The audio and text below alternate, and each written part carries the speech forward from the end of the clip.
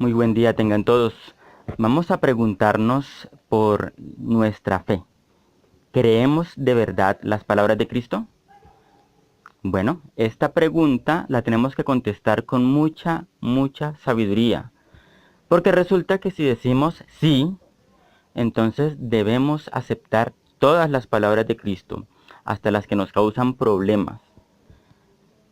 Por ejemplo, debemos aceptar que Cristo tiene una presencia real y absoluta en la Eucaristía, aun cuando no lo vemos y no lo saboreamos. Para aquellos que quieren saborear a Cristo en la Eucaristía, pues no lo puedo hacer. Pero tengo que creerlo. ¿Le creo a Cristo o no? Prefiero creer en mí mismo, como hacen muchos hoy en día. Esta pregunta que les hago también tiene unas consecuencias muy interesantes cuando analizamos la realidad de las personas que hoy en día, por ejemplo, atacan al Papa. Bien, ¿qué tiene que ver el Papa con creer en Cristo? Sencillo, Cristo dijo unas palabras muy específicas a una persona muy específica. Palabras que no le dijo a otros, se las dijo a esta persona. ¿De quién hablamos? Hablamos de San Pedro. ¿Cuáles palabras? Bueno, por lo menos podríamos recordar dos cosas.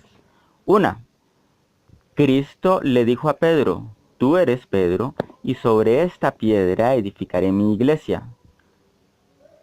Quiere decir eso muchas cosas, pero quedémonos con esa parte. Sobre la piedra de Pedro, Cristo edifica su santa iglesia. Podríamos pensar que cuando Pedro no es una piedra en mi agrupación de personas, entonces esta agrupación de personas no es la iglesia de Cristo, aun cuando sea muy buena, muy agradable estar acá, lo que sea. Pero si Pedro no es la piedra sobre la cual se ha edificado esta iglesia o mi agrupación, entonces Pedro está lejano a mi iglesia y por lo tanto las palabras de Cristo están lejanas a mi iglesia. Eso significaría también que la segunda parte de esa frase que dice que las puertas del infierno no prevalecerán ante la iglesia, que es una frase dicha a Pedro en relación con la iglesia, significaría que si la iglesia no está cimentada sobre Pedro, no, esta promesa hecha a la iglesia no se la han hecho a la iglesia que no está cimentada sobre Pedro, sino solo a la iglesia que sí lo está. Bien, eso es importantísimo. Pero hay otra frase de Cristo a San Pedro. Y es cuando Cristo le dice a San Pedro que que Cristo, ha orado para que la fe de Pedro no desfallezca, no falle. Y para que Pedro anime a sus ovejas, a sus corderos, para que los cuide y los anime. Para que los confirme también dice, para que la fe de Pedro confirme a sus hermanos. Entonces, ¿esto qué significaría? Entre muchas cosas significa algo muy interesante, y es que la fe de Pedro no falla. La fe de Pedro permanece estable, aun cuando Pedro sí falla y Pedro no permanezca tan estable. Pero su fe no fallará, y como no fallará, podrá confirmar a sus hermanos. Bien, ahora entendámoslo actualmente. Dado que el Papa es el sucesor legítimo de San Pedro, entonces tenemos que entender que estas palabras dichas a San Pedro aplican para el Papa. Eso tiene que ser claro. Si tú le crees a Cristo, entonces tú no puedes estar en contra del Papa. Es decir, tú puedes estar en contra de la afición que el Papa tiene por el fútbol. A lo mejor a ti no te interesa el fútbol. Muy bien, tú puedes tener una opinión diferente frente a eso. A lo mejor el Papa un día decidió ir en un carro beige, pero no, a ti te gusta es el color blanco y te parece que el Papa tiene que ir siempre en un carro color blanco. Bueno, muy interesante. Eso tú lo puedes pensar y no hay ningún problema. Pero si el Papa dice algo relacionado con la fe o la doctrina, relacionado con las costumbres, con la moral, tú no puedes no estar de acuerdo. Es decir, tú puedes no estar de acuerdo desde tu punto de vista, pero tú no puedes tomar la opción de estar en contra de eso. y mucho menos de difamar al Papa en cuanto a ese tema.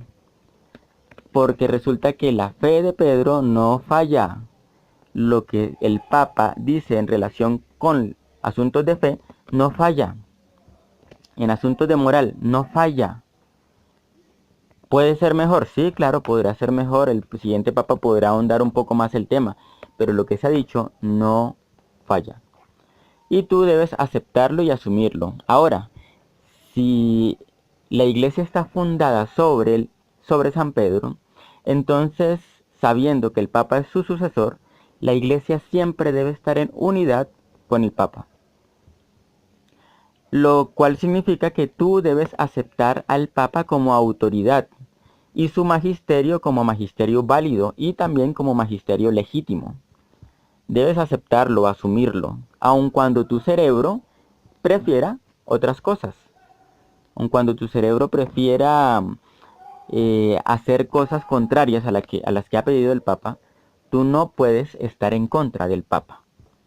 Es preferible que anules por un rato tu cerebro, que lo desconectes en cuanto a ese tema, pero no puedes estar en contra del Papa. ¿Qué hacer entonces? ¿Qué hacer cuando un Papa diga algo con lo cual yo no estoy de acuerdo? Sencillo. Para eso se han hecho los libros, para eso se ha hecho el catecismo, el código de derecho canónico. Para eso tienes sacerdotes a tu disposición, teólogos. Consulta. De entrada te lo advierto, si uno de ellos o tu conclusión es inmediatamente que el Papa ha dicho algo contrario a la doctrina, estás equivocado. ¿Por qué estás equivocado? ¿Porque el Papa es buena persona o porque el Papa nos cae bien? No, estás equivocado porque Cristo prometió algo y Cristo no deja de cumplir sus promesas. Por eso estás equivocado. Entonces, cuando cuando tengas esa encrucijada de que tu cerebro piensa que lo que ha dicho el Papa es una herejía, por ejemplo, entonces debes acudir a la doctrina que sí está relacionada con lo que el Papa quiso expresar en aquello con lo que no estás de acuerdo. No debes ir a la doctrina de lo que tú crees que el Papa quiso decir. No. Si el Papa está hablando de un tema y en ese tema pone una frase, pues la frase tiene que estar en relación con ese tema, porque el Papa no es un loco, por lo menos no lo hemos visto como un loco hasta el momento. Así que tu investigación debe profundizar en la doctrina relacionada con el tema general en el cual está esa frase, no con el tema que tú crees que el Papa quiso meter por debajo de cuerda a través de esa frase. No, porque entonces tú estarías simplemente dudando malintencionadamente. Bien, esa es la invitación, es simple, espero que lo puedas comprender, que lo puedas aplicar a tu vida. No es renunciar a la propia razón, no, todo lo contrario, es aplicar la capacidad que Dios te ha dado para descubrir la voluntad de Dios en aquella persona que Dios ha dispuesto que sea el líder de tu iglesia, o sea, el servidor de todos los servidores. Bendiciones entonces, chao.